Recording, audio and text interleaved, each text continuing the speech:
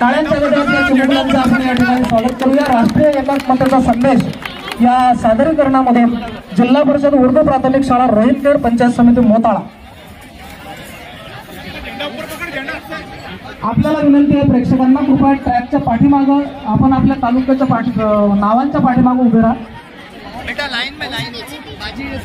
मलकापूरचे गटविकास अधिकारी सन्माननीय होळकर साहेब यांचं स्वागत समन्वयक भाग सर करतील अशी त्यांना विनंती आहे।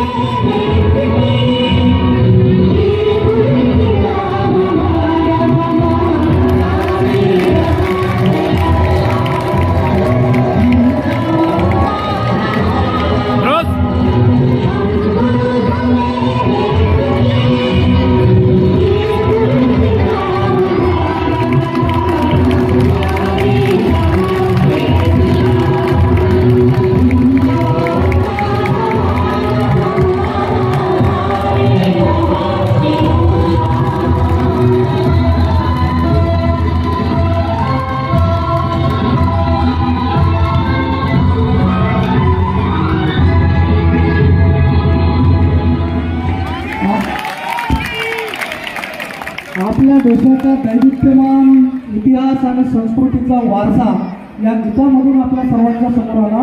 आपल्या टाळ्यांचा गजर हा जवानी हो, यहाँ की हर नारी हो जीजा माता की तरह, कोई हो चांद सुल्ताना तो कोई झांसी की रानी हो।